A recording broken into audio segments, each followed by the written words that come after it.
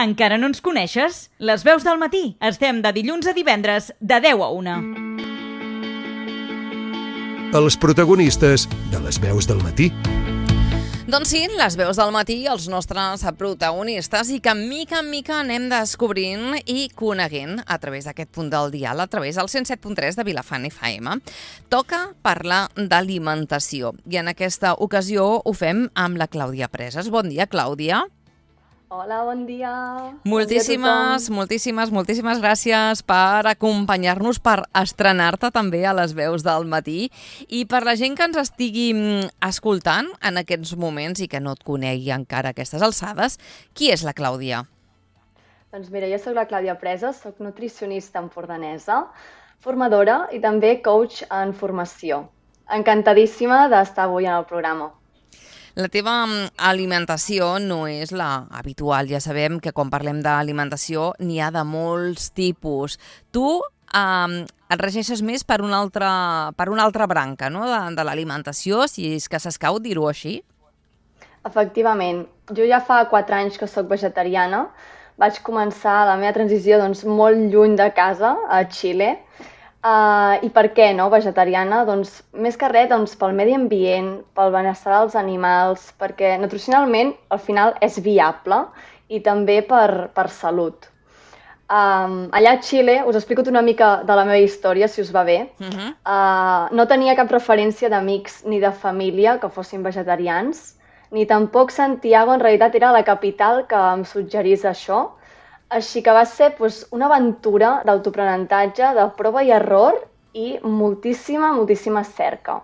Sincerament, quan vaig fer el canvi alimentari, m'hagués encantat tenir més eines i una guia de referència on consultar i sentir-me també acompanyada.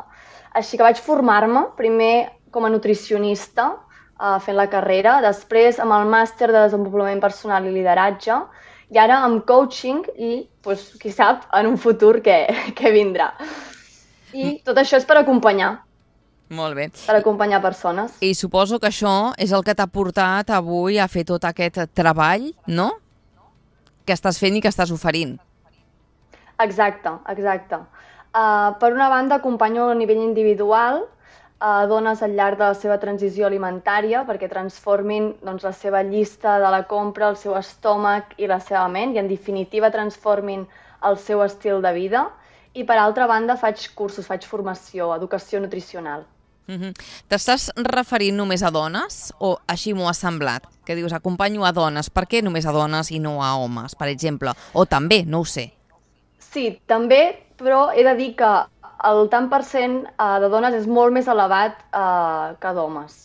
I per què creus que això és degut? Que la dona es cuida més?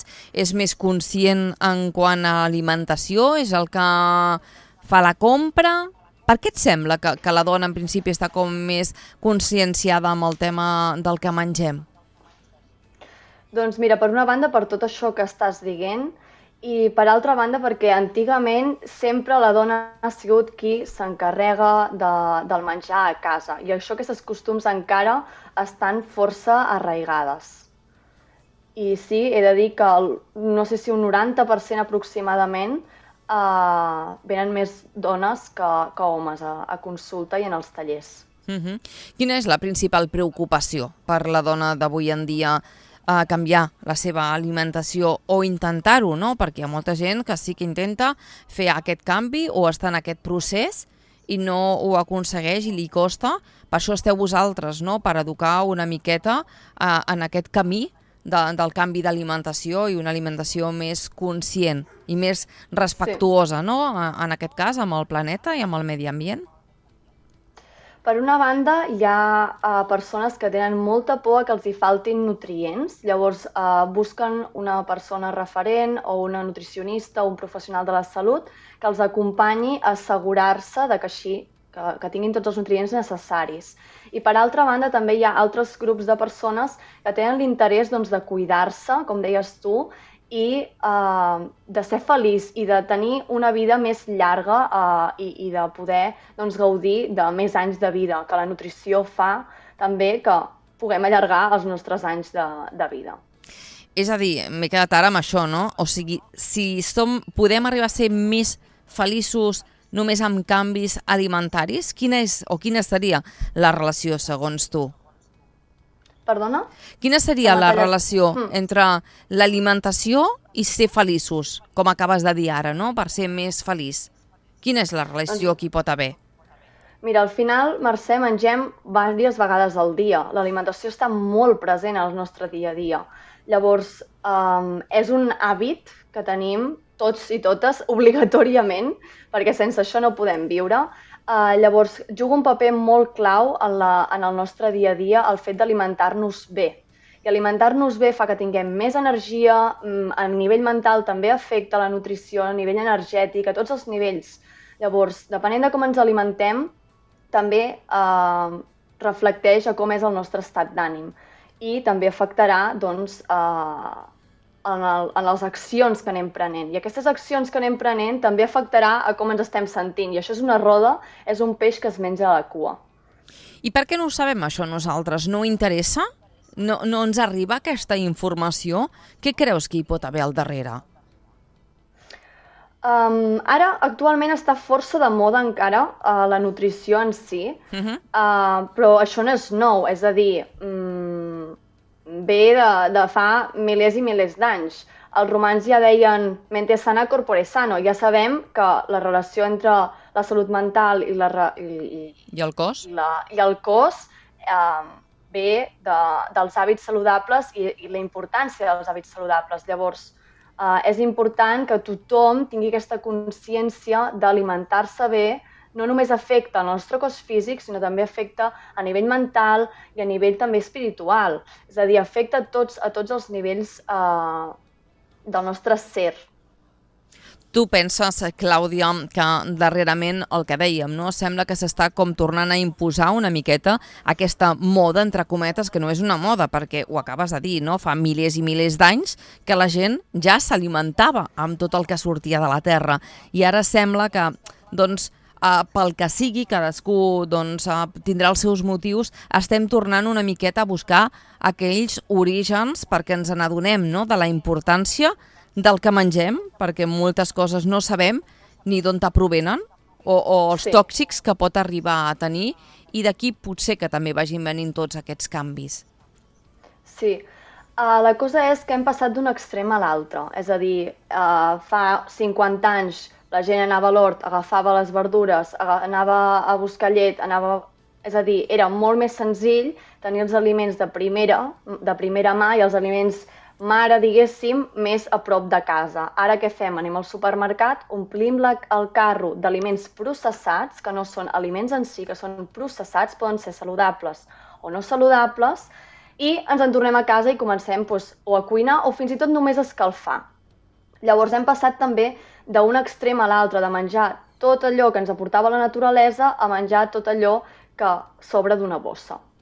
Clar, perquè anem una miqueta a lo pràctic i a lo ràpid, i a més aquí no tenim en compte un altre dels temes que seria els embalatges, no? Com arriben a casa nostra i el que arribem a llançar i o a reciclar, perquè no sempre, després seguim tot aquest procés, no?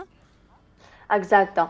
Clar, un tant per cent molt elevat del que trobem al supermercat està embalat i és un processat. Llavors, aquí és important tenir aquesta educació nutricional de saber quins aliments o quins productes, més aviat dit, són saludables i quins no ho són tant. Llavors, aquí, si no ens eduquem a llegir etiquetes, a començar a saber què ens volen vendre, però què hi ha en realitat al producte, hem de fer la volta al producte per començar a llegir què hi ha en realitat, perquè el que ens diuen a davant és màrqueting, no és nutrició, no és alimentació saludable, és el que et volen vendre. Pot haver-hi, per exemple, lletres que diguin... Light, per exemple. Light, eco, logos, eco, el que bio. vulguis de colors, de formes, amb fruites adherides, és a dir, se les inventen totes perquè tu et pensis que t'estàs menjant X cosa, per exemple, fruita en un iogurt. Però el que t'estàs menjant quan menges un iogurt de fruita no és fruita, no podem dir que estem menjant una ració de fruita. Al revés, estan afegint sucres afegits. Exacte. Exacte. Llavors és important fer la volta i començar a llegir els ingredients. Ja que parles d'educació, els que hem de tenir més consciència, evidentment, som els adults, com a pares, no?, per poder educar els nostres fills el més aviat possible, i sobretot veient les xifres, ara que parlaves de sucre, perquè al darrere de tot això hi ha molts problemes que estan arribant cada vegada a edats més joves, no? I jo crec que està a les nostres mans poder educar els nostres fills amb aquest tipus d'alimentació molt més conscient i saludable, sobretot, Clàudia. A més, tu, tinc entès, i ara en parlarem també abans d'acabar, no?, d'aquests tallers que ofereixes tant per grans com per més joves i adolescents. Exacte, sí. Pels infants, els tallers o cursos per infants, l'objectiu és que tinguin un paper superactiu i ells i elles siguin els protagonistes experimentant i creant, jugant, mentre aprenen aquests hàbits saludables i descobreixen el món alimentari en si. I pel que fa, també faig cursos de joves. De fet, ara la setmana que ve, el dijous, comença Aprèn a menjar vegi a l'Oficina Jove de Figueres. I per als adults també faig cursos d'educació nutricional i, de fet, el dilluns reduïm en grup els sucres afegits al Centre Cívic Joaquim Xirau. Comença ja dilluns mateix. Tant per un costat o per l'altre, la gent que demana informació, no sé si encara queden places, però jo crec que si hi van els pares són els que educaran els seus fills. I tu suposo que ja ho veus, no?, quan hi van alumnes, el tarannà que deuen tenir a casa seva, si ja hi estan acostumats, si van de manera forçada, si realment els hi agrada aquest tipus d'alimentació, introduir-se mica en mica. Sí, cada vegada que algú s'informa de la família, ja sigui l'infant, ja sigui el jove, ja sigui l'adult, és una llavor que tu plantes en aquesta família, perquè tota aquesta informació que es dona en els cursos i la pràctica que realitzem, al final és una nova mirada que té aquella persona i rebotarà en el seu voltant. Per tant, és important que s'actuï des de totes les bandes, tant els adults com els infants com els joves.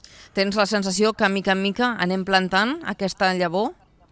Exacte, sí. Jo sóc esperançada i penso que sí. Clàudia, ens vindrà molt de gust poder parlar de tots aquests temes, que no sé si ens vols avançar ja alguna coseta, però veiem una miqueta la tendència, no?, de cap a on anirà aquesta secció parlant d'aliments i d'alimentació saludable i conscient. Ens vols avançar alguna cosa? I tant. I tant. Bé, primer de tot dir-vos superil·lusionada estic i agraïda per començar a col·laborar amb vosaltres, amb les veus del matí. I entre els temes que parlarem serà per què ser vegetarià o vegetariana, també receptes vegetarianes i healthies. Parlarem dels pros i els contres de ser vegetarià.